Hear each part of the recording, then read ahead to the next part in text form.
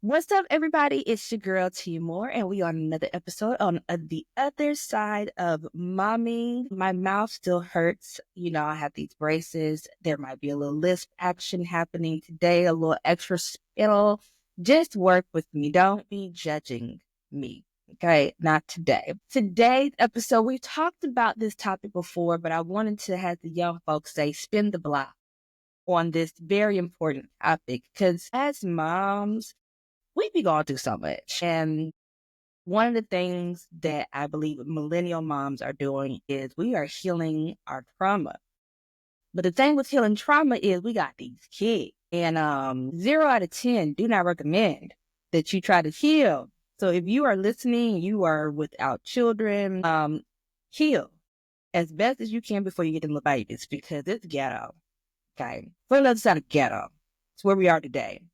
Okay, we're on the other side of ghetto. So I have a wonderful guest here who is going to talk to us about mothering while healing our trauma. I am excited because, like I told y'all, this season has been just filled with amazing guests who've been so gracious to come on this podcast, share their knowledge, their education, their experience with us. And so, without further ado, I want to welcome to the show Miss Tisheila Justice to the show, everybody. Yay, thank you. Welcome, Tisheila. Tell us who you are, what you do, and then we'll get into the conversation. So I identify myself as a trauma therapist that specializes with moms with trauma. But as I've been doing my own in-depth work, trying to figure out what all my clients have in common, I honestly think that I'm really an attachment therapist. I feel like attachment trauma is really what is impacting Talk about moms. this. And so if that's the thing that is getting in the way of us showing up as a mom, getting in the way of us like having the romantic relationships we want, the friendships we want, because maybe there was a little bit of trauma in the past related to switchment. I feel like that's the thing that most of my clients have in common, whether they are adoptees who have become moms or people with just maternal wounds or something like that. That's the pattern I really have seen. So I identify myself as a trauma therapist working with moms, but really honing in on that attachment piece. Come on now. Okay, y'all, we about to get into this later. I love the facial expressions too. I make a lot of them. I talk through my face. Yeah. So I always believe that we have to start the show with a bit of momspiration because as moms we really need that. We don't be always inspired. And so we need a little bit of inspiring. So this comes from Brown Girl Trauma. I don't know who said the quote, but it says, healing from trauma can sometimes feel like you're always playing catch up in life. Slow down, don't rush, and trust the process. I feel like I need to yell it a little louder for those in the back who are in the nosebleeds. Healing from trauma can sometimes feel like you are always playing catch up in life. Slow down, don't rush, and trust the process.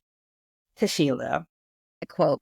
And one of the things that I notice most is in motherhood, we compare ourselves to other moms all the time. And sometimes in womanhood too, but in motherhood, I feel like we are constantly being compared. We're comparing our children, how this other child is doing, what they're doing, how this.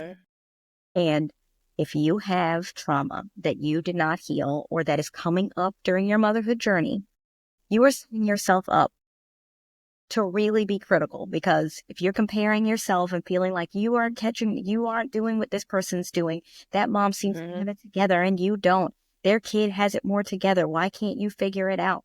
It's just, I love that quote. That quote really, I mean, that's like a specific quote for moms, that we are not playing catch up. We are on our own journey and they are on, there's no comparison to be had. Yes. And that's social media's fault. Like the way social media has come into play, it's very easy to fall into the trap of this beautiful aesthetic of seeing these moms with their perfect house and their clean house. We got 3 kids.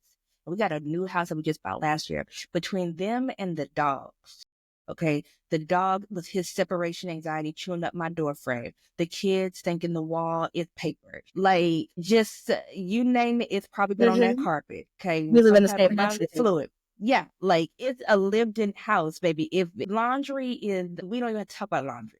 Okay, laundry gets washed, folded, Perhaps not. Just go in that basket and find something that's clean. Okay, Yeah. that's what you And do for me. nobody comes to therapy because their mom didn't fold their clothes when they were younger. So That's not sending us to therapy. No, they incorrect. that's not sending anybody to therapy. So let the house be dirty. That's not what's sending us there. So in your practice, what have you seen the most of? That's actually a great start. What is sending us into therapy as moms? So what I have definitely found, I do get a lot of people who tried to do work before. They thought they had healed some things. But what I don't think that we bring a lot of attention to is that when you see your child experiencing something similar to what you experienced, or seeing your child be able to behave in a way that you weren't able to behave, you show up as the parent that you needed, that can really open a wound that you thought was healed. You can remember memories that you did not ever flash back to until now. And so there are these like crevices of trauma. Yeah. Like, didn't seem as important maybe when you were doing the work before you were a parent. But then once you had your kid, it's a bigger feeling. It's a more flooding, overwhelming feeling. And a lot of things come into view that you just didn't see before. Yeah, yeah, that's been my experience. I know, especially with my middle daughter, she has this freedom to express herself at 7 years old in a way that I know I didn't. Because I can count, not even with my two hands. At this point, we using toes, we using other internal and external organs to count how many times I would have got popped in the mouth, or I would have got a whooping by now because of my tone or who you talking to like that. But You can there's a be angry as freedom. a kid. Yeah, you can never be angry. And like it's funny because yesterday my child was angry with homework and she's like, I am having big feelings right now. Okay. And you're acting like I can't be upset. I'm upset right now. I need a moment. I need a moment. And in my mind, I'm thinking, who look palm color child is this? Because talk to like, but I don't say that. But I'm just like, you could be mad. But like now I'm mad. And so like we both mad and we're both having big feelings. But there is a freedom that I realize that my kids have that I didn't necessarily have. And it can be very triggering. And it does, I feel like what you said, like before the kids come, like you might have done some work and you're just like, yeah, girl, I am healed. Praise God. Then you have a kid and then you realize you are not as healed as you once believed. What is it that causes us to open up that way though? Like what happens that we are like, whoa, I thought I did the work, but really there's more work to be done. The unmet needs of our childhood trauma or our inner child will always come up when that condition is triggered. And so something that I see very frequently with my clients, and I even talked to I'm getting certified in EMDR, and I even talked to my EMDR mentor about this. And people have two cognitions, that people with have two cognitions, and it's either I don't matter or I'm not good enough. And if you think about motherhood and the way that, society kind of makes us look at motherhood, we immediately get ourselves, we sacrifice, we prioritize the rest of our family. That is like an expectation in a lot of ways. So if you have any inkling of I don't matter as your most prominent negative cognition, you're going to feel it in motherhood. If you are stuck in this cycle where we're being told to compare ourselves, we compare our bodies, we compare our parenting, we compare our relationships, we compare everything to other people, I'm not good enough is going to be triggered. Yeah. And our society fuels that and perpetuates that, specifically in this transition where we don't allow moms to develop confidence in their ability because we are constantly criticizing them. Yes. Oh my God, it's so good. No, because like you're right though. Like society is like if you are a mom and there's this war, right? Stay at home mom versus the working mom. Then you have the moms who had the vaginal birth versus a C-section. I think that's the dumbest one of all. I have just never. Like, what are we fighting about? What really are we talking about? Because I didn't ask to have my stomach cut open. I didn't ask for that. But that was the only way this kid was getting out. Right? They got to get out one way or the other. So, but we see that there's always, and it's really with moms, and I find like even with us as Black women, how we mother is very different, right? Very. And so let's talk to that point, like taking the societal norms and then even qualifying it with being a Black mom. Mm. How is this affecting? Because again, we a new generation of healing, A new right? generation. We're approaching this totally different. Yeah, yeah. So like, what does that look like? I mean, serving you serve African American women or just Mm. Black women, period, from the diaspora. Like, how is that even like working with that? Trying like how are we presenting when we come to you? Because I'm in therapy too, and Yeah. I do trauma therapy, I do EMDR therapy. I can tell y'all right now, we ain't even got to the EMDR. I did one exercise That's okay. That's okay. because she's Like, like, that's we've got good. to build a rapport. She's like, because of what you're gonna open up at that time, I have to be able to trust this woman wholeheartedly 100%. Mm-hmm. to do the job that she says she's gonna do.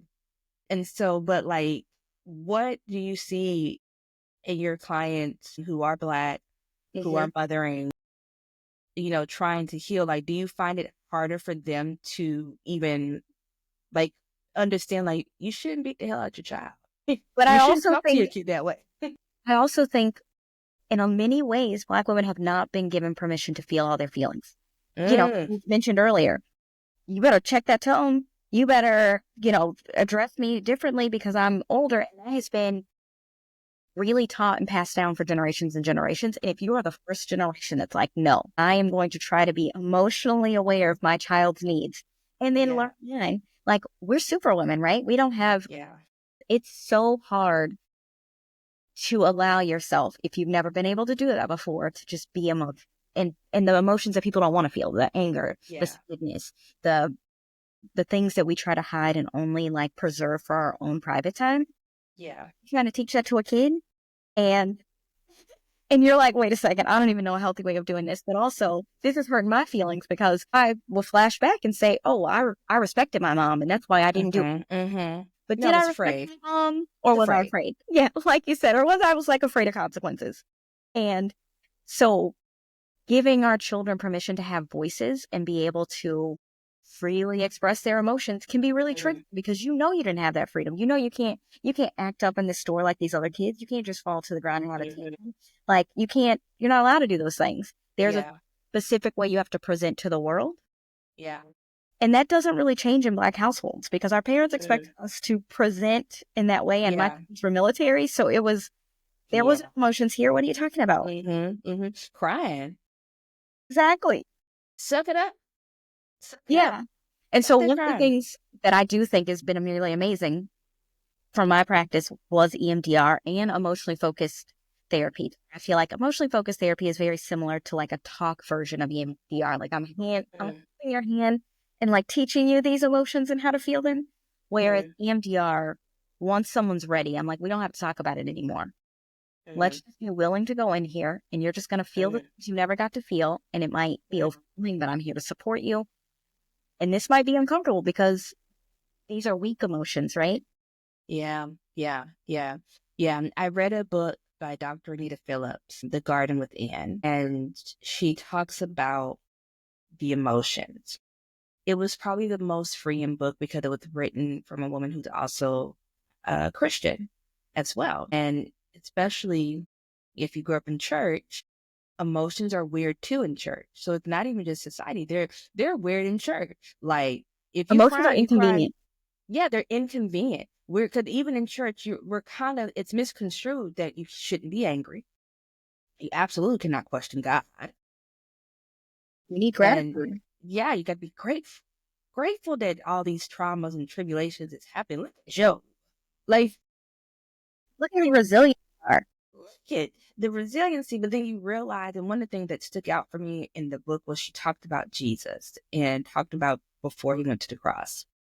And she was like, the anxiety that Jesus had anxiety going to the cross. And then when you go back and you think about it, you read the scripture where he's just like, yo, hey, Big Daddy, you don't mind take that cup. Take this cup.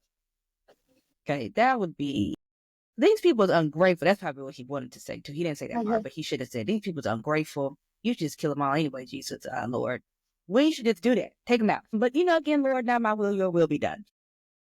I never saw that story, right? They're like, they never did that part, but willing like to do it. He was yeah, sacrificed. but we missed that part and they gloss over that part. Like, we really stop to think about it. If you are a Christian, and even if you're not a believer, emotions are a part of who we are. It's how we use them. And I love when you said that as Black women, we were not, and we still are not given permission to feel. We are told to pick it up. We're told to be strong. We're told that it's, stop that crying. So imagine when you have a daughter or a son, and they're crying, they're expressing emotion. They're God-given emotion. I don't want you to be no weak boy because you're crying. Like, we're telling our Black sons to not cry. That's not even that serious. Like, what are you crying? Yeah, it's never that serious. You fell down. Your knee ain't that hurt. He's bleeding. His bone's sticking out. Looks like it might hurt. Like, Nothing else. they're gonna have to break it. Break that bone and put it back in place. Like, it's okay. Like, tears are not weakness, because tears come in many different forms. They come in joy. They come in they come in sadness. They tears are a natural response, but yet we're told it's weak. Yep. And so when we're presenting as moms, I think one of the things that I've struggled with, and that I'm learning to deal with, is catering to my inner child, to the little girl that got broke at 7. 7-year-old T is the one that's like, hey, do you see me? Yeah, it's me. It's me. Are you sure, Big T, we can do this thing? Are you sure you should say this to that person? Don't put us out there. Yeah, don't put us out there, because you remember what happened when we do that. So how do we begin to heal? Because we got to show up for these kids. We got to show up for whatever things that is required of us to do. How do we start this healing process? One thing that I think is super important, and I think this is very important in motherhood in general, a lot of us don't talk about our struggles, even with our friends, because we're so worried that we're going to be judged. Right. Especially if you're doing something a new way that other people aren't doing it. And they're like, oh, she's trying to do that gentle parenting. Okay. Sure. My kid can never be me. My kid could never talk to me like that. I've had those conversations. Yeah. And when you find people that are trying like you, that are doing like you, that is encouraging, because that like, I'm not good enough, I don't matter. You need real things to challenge that, because that is what your inner child needs validation for. Your inner child is looking to know that, like, I do actually matter, and I am good enough, and I'm not messing this up. And your child cannot give that to you. And a lot of times, parenting and unconditional love, the reality is that unconditional love is one-sided. You love your child unconditionally. They are not capable of giving that back to you for a very long time. So there's not going to be a reciprocity in that relationship, and you can't expect your child to validate, like, you're doing a good job, mommy. Like, maybe they will, but it's unlikely.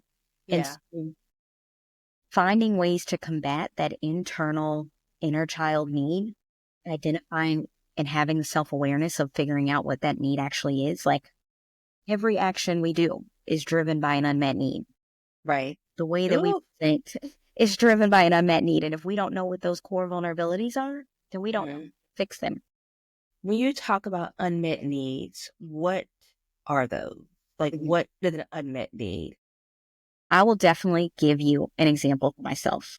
I had twins, and when they were born, afterwards, I'm a therapist, so, like, I know what I'm talking about. I knew all these things. I had this stuff figured out. I did all this work. And when they were born, I had overwhelming anxiety, because I just was, like, thinking of every dangerous thing that could happen. I was thinking of all these bad things that could happen. And I had always wanted twins. That's, like, a very important thing. And I just, like, naturally became pregnant with twins. And I think getting something I wanted in a sense easily, like, that I didn't really have to work for, because I associate getting what you want for working, productivity. And if I didn't work for it, then I didn't really earn it, and it could be taken away. And so my unmet need and my vulnerability was, I don't deserve this. There's no way I'm going to be able to keep this and have this. There's no way. And I also was seeking safety for them, but it had nothing to do with them feeling not safe. It really was me. My inner child didn't feel safe. There was so much of my own stuff that I was taking action on their behalf that really wasn't me. And that's a way that you can really see those unmet needs. And I don't think a lot of people recognize the patterns, because some of those coping strategies we've had are actually just,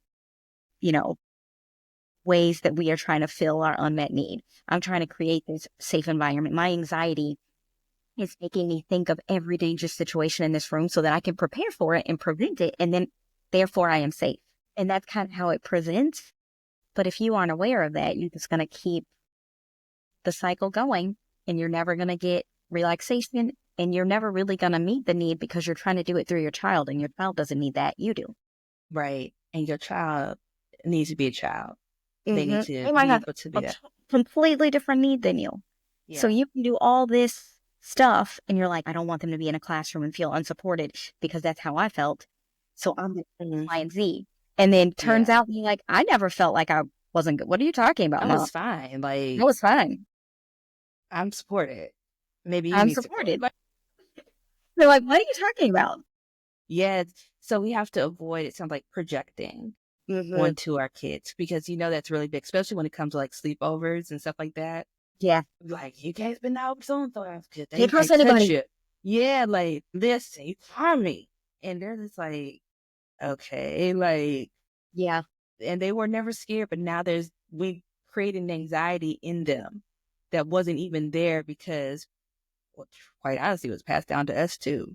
Because the chances of something happening at a sleepover or something, it's not as great as we think it is. Like, but we convince ourselves with our reality that, like, it always happens. It's bad. That's completely out of the question. I won't even consider it.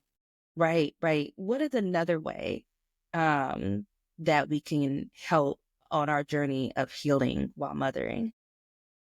So once we get that self-awareness, and we also get our tribe, our support that's trying to do the same things, I also really think we have to act on our inner child needs a little bit, to where, like, if you didn't get to be loud and play, you need to be loud and play. And you can do that with your kids. I bought some pumpkins for Halloween that we never ended up carving, and I completely forgot all about it. Tonight, we are smashing pumpkins.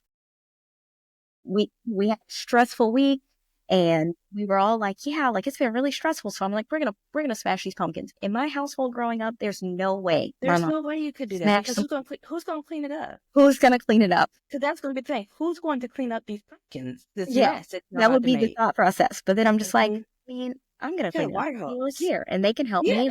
They can help me, and we're gonna still smash these pumpkins. And so, getting rid of those self-imposed, made-up rules that you created for yourself, so that you can actually live out some things that you just maybe previously it was a little too much work to clean up the pumpkin, right? Or it's just too much anxiety of like, what would happen if this happened? What would happen if this happened? Okay, you want to live. This is your first mom, just like this is their first time being a kid, and they're only want to be playful and silly and do these things with you for so long. So do it. And then also, I think really understanding those needs and not being afraid of them, and allowing us to feel emotions in real time. And this is where people normally start their journey, because it's uncomfortable to feel those emotions in real time, and they rather shut it down. They'd rather push it to the side. But the emotion is going to come whether you understand what it's coming from or not. So you might not want to cry. It might come out as anxiety. You might have a panic attack. Your hair might fall out. You might get sick. It's coming though. It's going to come out. You're going to find it. You're going to feel it. You choose how you feel it. You choose how you feel it. Oh, well, I know we are short on time today. We might have to spend a block on this. We're gonna have to spend a block. I feel like there's more here. For those who want to connect with you, are you taking new clients or anything? I am. I have a little bit of some time off in December, so some people will start before holiday break, but a lot of people will be January. But you just reach out to me. I answer my phone. I answer my emails. I have a website, which is growthandwellnessmhc.com. If you are interested in services, I have hired some new supervisees that are, they have they're working towards their licensure and actually are almost there. So if you want to start right away, I have some people that can provide that service. So don't hesitate to reach out. Awesome. Awesome. Well, Tisheila, this was great. Y'all get you some therapy, get you some healing. Mm-hmm. And even if you can't work with Tisheila and her team, there are resources out there that can connect you to find a great therapist for your needs. But we are taking back our mental health, not only because we are moms, but because we are women. And we need it. We need it. Absolutely. And like they say on the airlines, I think I said last episode, put on that oxygen mask first on you Mm-hmm. before you try to help somebody else breathe. Let's make sure that we are breathing mamas. All right, Yep. y'all. As we always do, I will catch y'all on the other side. And y'all have a good one. Thank you so much. You're welcome.